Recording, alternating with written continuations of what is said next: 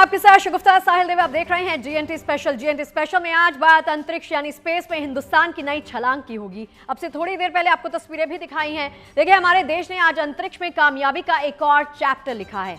अंतरिक्ष में भारत को नए आंख और कान मिल गए हैं। इसका नाम है निसार। जी हां, आपसे कुछ ही देर पहले श्रीहरिकोटा से दुनिया का सबसे ताकतवर और सबसे महंगा earth observation satellite Nisar launch कर दिया गया। तस्वीरें दिखाते हैं आपको। हमारे इसरो ने अमेरिका के नासा के साथ मिलकर इस शानदार सैटेलाइट को सालों की मेहनत से तैयार किया। अब यह आसमान से धरती की निगरानी करेगा। निसार 747 किलोमीटर की ऊंचाई पर पोलर ऑर्बिट में चक्कर लगाएगा। पोलर ऑर्बिट धरती की एक ऐसी कक्षा होती है जिसमें सैटेलाइट धरती के ध्रुवों के ऊपर से होकर गुजरता है। इस मिशन की अवधि 5 साल है। इस दौरान ये सैटेलाइट जो काम करने वाला है उसके बारे में भी आपको बताते हैं। वो ये कि भूकंप और सुनामी, प्राकृतिक तमाम जो आपदाएं होती हैं, उससे पहले ही हमें आगाह कर देगा कि ऐसा होने वाला है। नासा और इसरो के नाम पर ही सैटेलाइट का नाम निसार यानी NASA ISRO synthetic aperture radar रखा गया है। निसार दुनिया का सबसे महंगा अर्थ ऑब्जर्वेशन सैटेलाइट है। इसरो और नासा ने मिलकर इस सैटेलाइट को 12,500 करोड़ की लागत से तैयार किया है। इसके कुछ हिस्से अमेरिका में बने और कुछ हिस्से भारत में तैयार हुए। अमेरिका में तैयार हिस्सों के साथ इस सैटेलाइट को मार्च 2023 में कैलिफोर्निया से बंगलुरु लाया गया था। अमेरिकी वायुसेना का C-17 ग्लोब मास्टर विमान इस सैटेलाइट को लेकर भारत पहुंचा था। भारत में पिछले 2 सालों में इसमें तमाम कंपोनेंट्स को जोड़ा गया और आज पूरी तैयारी करने के बाद यह सैटेलाइट आखिर लॉन्च किया गया। आइए आपको बताते हैं आखिर क्यों इस सैटेलाइट को अब तक का सबसे मॉडर्न, सबसे एडवांस्ड अर्थ ऑब्जर्वेशन सैटेलाइट कहा जा रहा है।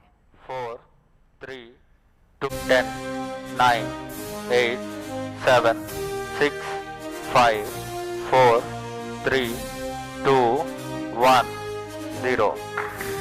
All L40 engines generating nominal thrust. S139 motor ignited. Speed is ready on ready. Lift off normal. S2 ignited. GS1 separated. 1S. IS 1/2 main separated.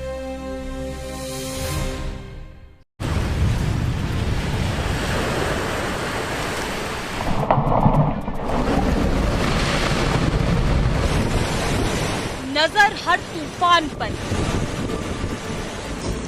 खबर हर भूकंप की, चेतावनी हर बाढ़ की, वार्निंग सूखे और अकाल की, हर पिघलते ग्लेशियर पर नजर, फटने से पहले ज्वालामुखी की खबर, दरकते पहाड़ों पर अपडेट, कुदरत की हर करवट का संकेत, धरती की कोख में होने वाली हर हलचल पर अब आसमान से हमारी निगाह होगी। अंतरिक्ष में तैनात आंखों से अब हम धरती की तहों में हो रहे हर बदलाव को देख सकेंगे। कुदरत का कहर टूटने से पहले सावधानी का सायरन बजाने वाले इस तकनीकी करिश्मे का नाम है निसार सैटेलाइट। ये एक अर्थ ऑब्जर्वेशन सैटेलाइट यानी धरती पर नजर रखने वाला उपग्रह है जिसे इसरो और नासा ने मिलकर लॉन्च कर दिया है। निसार को श्रीहरिकोटा के सतीश धवन अंतरिक्ष केंद्र से GSLV Mk2 रॉकेट लॉन्चर के जरिए लॉन्च किया गया है। बता दें कि अब तक का सबसे महंगा और सबसे पावरफुल अर्थ ऑब्जर्वेशन सैटेलाइट है। निसार को स्पेस साइंस की दुनिया का first of its kind satellite यानी अपनी तरह का पहला उपग्रह कहा जा रहा है। इसरो के रॉकेट के थ्रू बाहुबली के जनरली बोलता है GSLV, उसे लॉन्च हुआ। इसको सन सिंक्रोनस ऑर्बिट करके बोलेगा, उस ऑर्बिट में रखेगा। उसका मतलब क्या है? धरती में पूरा की पूरा सनलाइट होगा, उस तरह से उसको पिक्चर कर सकता है। ऑफ कोर्स ये ऑप्टिकल वेव में काम करने वाला नहीं है, ये माइक्रोवेव यूज करेगा। माइक्रोवेव को उधर से भेजेगा सैटेलाइट से, वो रिफ्लेक्ट आएगा ना, उसको कैप्चर करके उसको इमेजिंग करेगा। इसके लिए उसमें एंटेना, आप दर्शकों इसमें विजुअल्स में आप देख सकते हैं, वो एंटेना अम्ब्रेला के हम ओपन करने के समय ओपन होता है ना, उस तरह से बड़ा बड़ा ओपन होता है। 12 मीटर है, उसका मतलब है 2 आदमी के ज्यादा 12 मीटर है वो। अभी तक मैक्सिमम बड़ा एंटेना गया है 4 मीटर। सो इसका मतलब है दूर से देख सकता है धरती में क्या चेंजेस, बदलाव आ रहा है। नासा और इसरो के इस जॉइंट वेंचर का नाम भी इसी की तरह खास है, निसार, यानी NASA ISRO synthetic aperture radar. Bharat की आजादी के 78 साल के बाद पहली बार ऐसा हुआ है जब अमेरिका की अंतरिक्ष एजेंसी नासा और भारत की अंतरिक्ष एजेंसी इसरो ने संयुक्त रूप से एक नया सैटेलाइट विकसित किया है।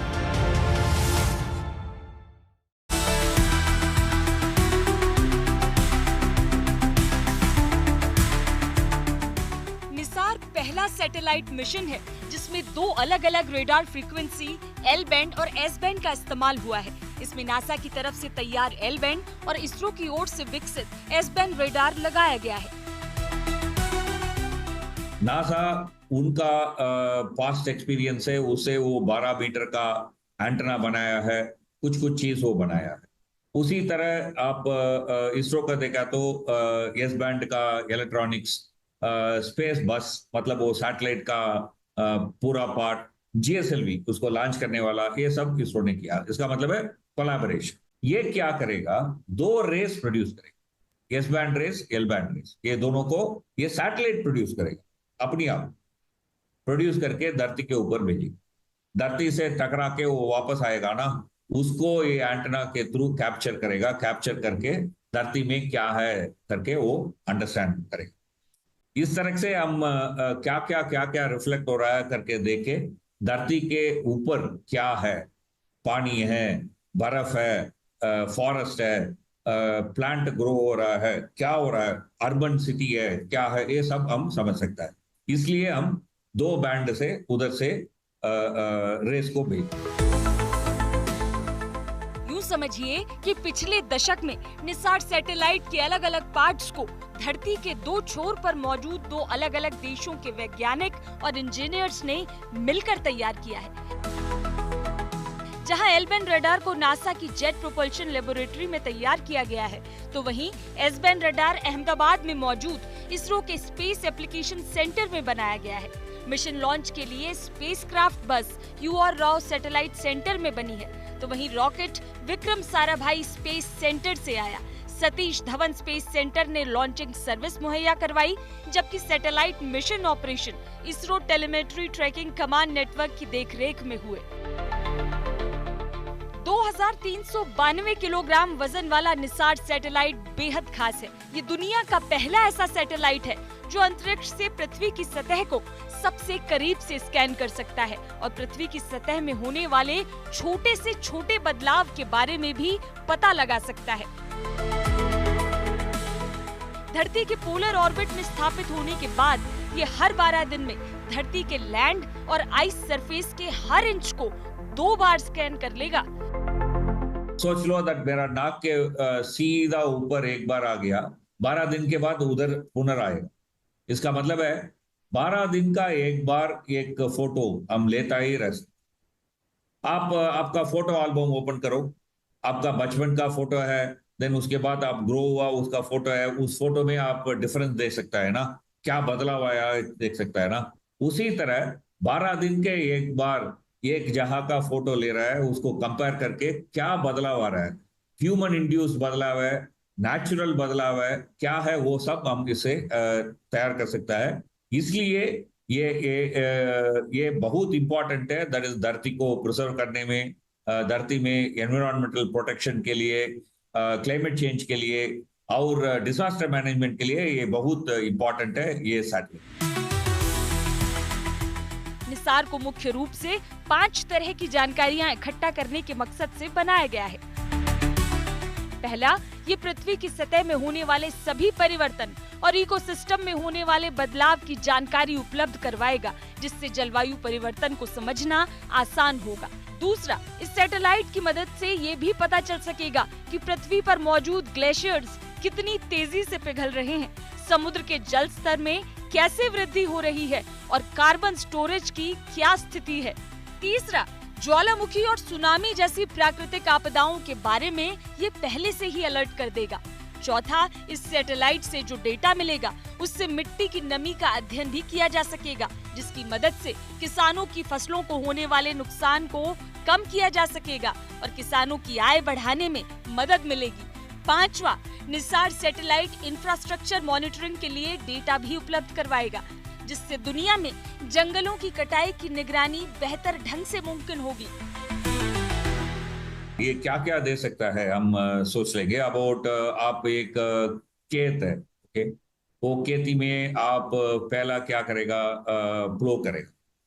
सो दूर से हम देखने के समय हम उसको देख के हम बोल सकता है ये खेती अभी तक फ्लो नहीं किया। सो फ्लो करने के बाद वो डेटा दे देगा, वो फ्लो कर दिया।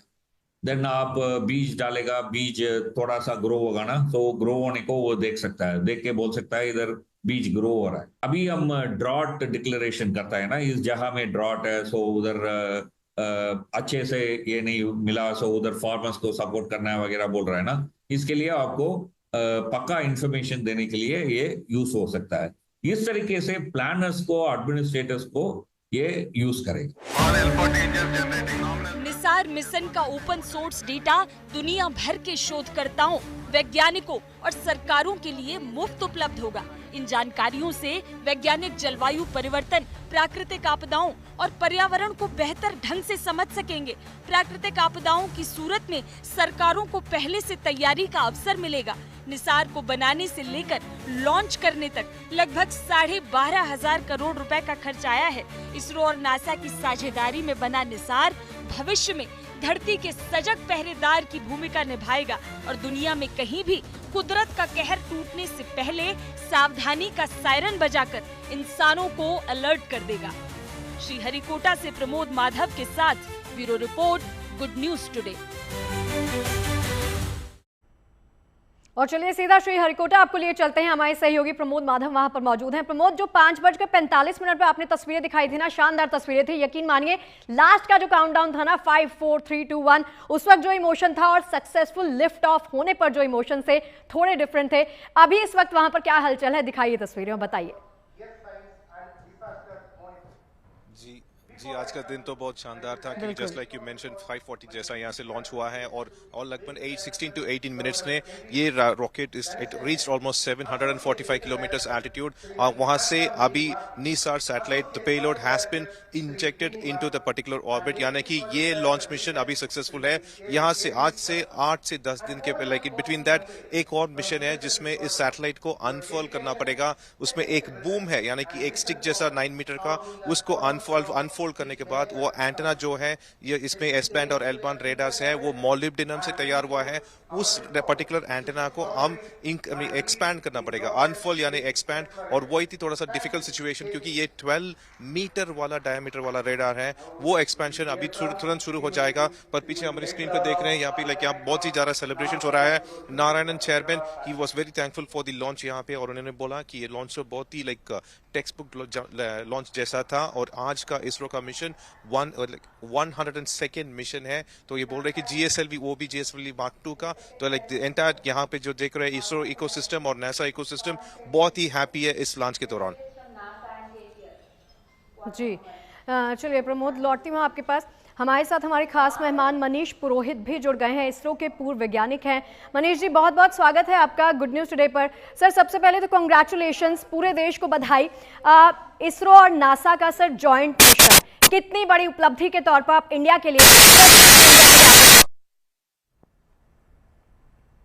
बड़ा दिन है।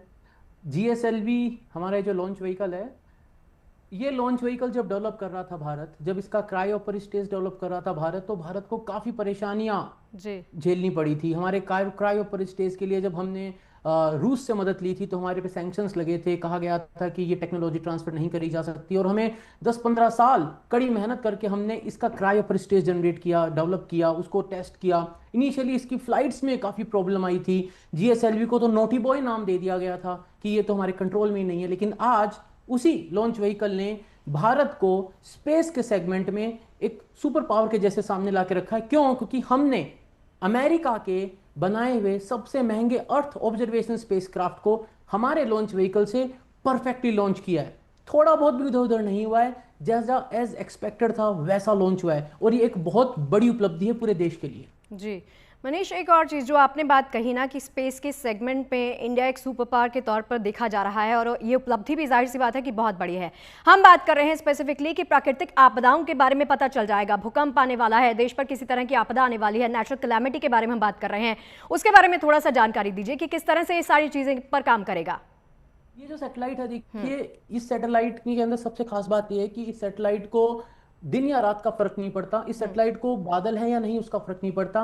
ये सैटेलाइट रेडिएशन को छोड़ता है, वो रेडिएशन जब धरती से आके टकराता है और टकराकर जब वो रिफ्लेक्ट होकर वापस जाता है, उसको ये सैटेलाइट पढ़ता है। यानी दिन हो या रात हो, चाहे आंधी हो, तूफान हो, बारिश हो, कुछ भी हो, इस सैटेलाइट को 24 घंटे धरती क्लियरली दिखाई देगी। एक पार्ट। दूसरा, मान लीजिए जहां पर आपका स्टूडियो है उस पोजीशन पे ये सैटेलाइट मान लीजिए आज निकल रहा है उस पोजीशन से, ये 12 दिन बाद जब आपके स्टूडियो के ऊपर से फिर निकलेगा और आपके स्टूडियो को चेक करेगा, तो अगर जहां पर आपका स्टूडियो बना हुआ है वहां पर धरती अगर कुछ मिलीमीटर ऊपर नीचे भी हुई है तो भी ये स्पेसक्राफ्ट उस मूवमेंट को पकड़ लेगा। ये इसकी खास बात है। यानी 700 किलोमीटर ऊपर आसमान से ये स्पेसक्राफ्ट यह बता देगा कि धरती के नीचे जो वाटर टेबल है, अगर वहां से पानी ज्यादा खींच लिया गया है और धरती नीचे धंस रही है तो वो भी हमें पता चल जाएगा। तो जो भी प्राकृतिक आपदाएं होती हैं वो कुछ ना कुछ सिग्नेचर पहले देती है, कुछ ना कुछ साइन पहले देती है, और उन साइंस को पकड़ने के लिए ये स्पेसक्राफ्ट काफी पावरफुल है। चाहे फिर हम बात करें हमारे क्रॉप यील्ड की, तो एग्रीकल्चर सिक्योरिटी की बात आ जाती है, ग्लेशियर की शीट्स की बात आ जाए, हमारी बात आ जाए समुद्र के अंदर चलती उठती लहरों की, ये सब कुछ पकड़ सकता है, और वो भी बिना किसी रुकावट के। जी चलिए मनीष, आप बने रहिए, लौटती हूँ आपके पास। देखिए, निसार के लॉन्च ने दुनिया को एक बार फिर से भारत की शानदार स्पेस जर्नी की याद दिला दी है। वास्तव में भारत की अंतरिक्ष यात्रा की कहानी अपने आप में अनोखी है। एक वो दिन था जब देश के वैज्ञानिक भारत के पहले रॉकेट को साइकिल पर रखकर लॉन्चिंग साइट तक लेकर गए थे। एक आज का दिन है जब भारत अंतरिक्ष की महाशक्ति बनने की राह पर तेजी के साथ लगातार आगे बढ़ता जा रहा है। अब सोचिए जरा कि कहां से कहां की यात्रा की है हमारे वैज्ञानिकों ने। From launching a small rocket in 1963 to becoming the first nation to land near the south pole of moon, our journey has been remarkable. Our rockets carry more than payloads. They carry the dreams of 1.4 billion Indians. आज का भारत अभी भी सारे जहां से अच्छा लगता है। दो तस्वीरें और दोनों के बीच आधी सदी का फासला। भारत में अंतरिक्ष युग का सूत्रपात करने वाली एक घटना से लेकर अंतरिक्ष की दुनिया में भारत के बुलंद सितारे और नए कद का एहसास करवाने वाली ये दो तस्वीरें हैं। 1963 में केरल के थुम्बा में जब साइकिल से ये रॉकेट लॉन्चिंग साइट पर ले जाया जा रहा था, तब तक चांद सिर्फ हमारी लोरियों में था, मंगल हमारे ख्वाबों में। शुभांशु शुक्ला का जन्म नहीं हुआ था और न ही अस्तित्व में आया था वो इसरो जो आज देश ही नहीं बल्कि दुनिया के लिए निसार जैसा महाशक्तिशाली सैटेलाइट आसमान में तैनात करने का सामर्थ्य रखता है।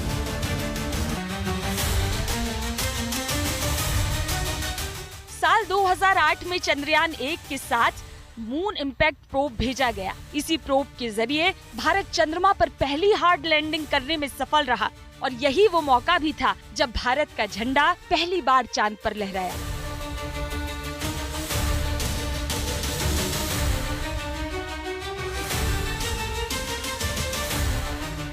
चांद के बाद बारी थी मंगल की। मार्स ऑर्बिटर मिशन किसी ग्रह पर स्पेसक्राफ्ट भेजने का भारत का पहला मिशन था।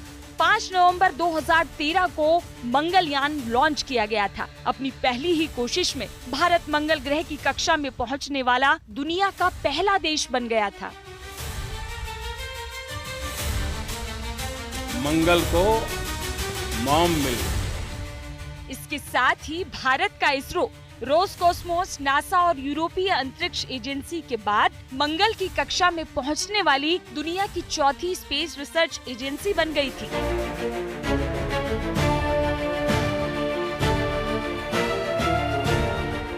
स्पेस रेस में भारत का कद कुछ और बढ़ा 2017 में, जब इसरो ने अंतरिक्ष में एक अनोखा शतक लगाया। 2017 से पहले पूरी दुनिया में रूस के नाम के साथ सबसे ज्यादा 37 उपग्रह लॉन्च करने का रिकॉर्ड था। रूस ने ये रिकॉर्ड साल 2014 में बनाया था, लेकिन साल 2017 की 15 फरवरी को इसरो ने अपने PSLV के जरिए एक साथ 104 उपग्रह लॉन्च करके पिछले सारे रिकॉर्ड्स को ध्वस्त कर दिया।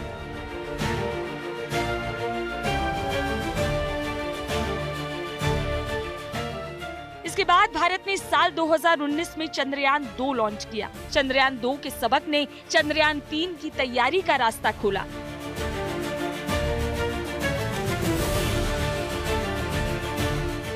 चंद्रयान 3 की इंजीनियरिंग पर अलग ढंग से मेहनत की गई, कई बदलाव किए गए, इसे और बेहतर और मजबूत, पहले से सक्षम बनाया गया, ताकि अब की बार सॉफ्ट लैंडिंग में कामयाबी मिल सके। To the launch event of India's prestigious LVM-3 M4 Chandrayaan 3. और आखिरकार 23 अगस्त 2023 की शाम चंद्रयान 3 ने तय समय पर चांद की सतह पर अपने कदम रख दिए। चांद के दक्षिणी ध्रुव पर चंद्रयान 3 की सॉफ्ट लैंडिंग हो गई। 23 अगस्त 2023 को चंद्रमा पर सूर्योदय के साथ ही चांद पर भारत का भी उदय हुआ था।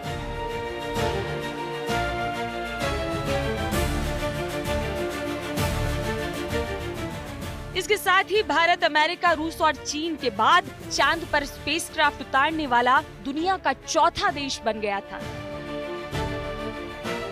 मिशन चंद्रयान 3 की अभूतपूर्व सफलता के साथ अंतरिक्ष में भारत की छाप छोड़ चुका इसरो अब इस हस्ताक्षर को और गाढ़ा करने के मिशन में तेजी से जुट गया। चंद्रयान 3 के बाद अब Indian Space Research Organisation Chandrayaan 4 और चंद्रयान 5 को चांद पर उतारने की तैयारी तेज कर चुका है। इसके अलावा भी अंतरिक्ष में भारत का सितारा बुलंद करने के लिए इसरो एक साथ कई मिशंस पर काम कर रहा है।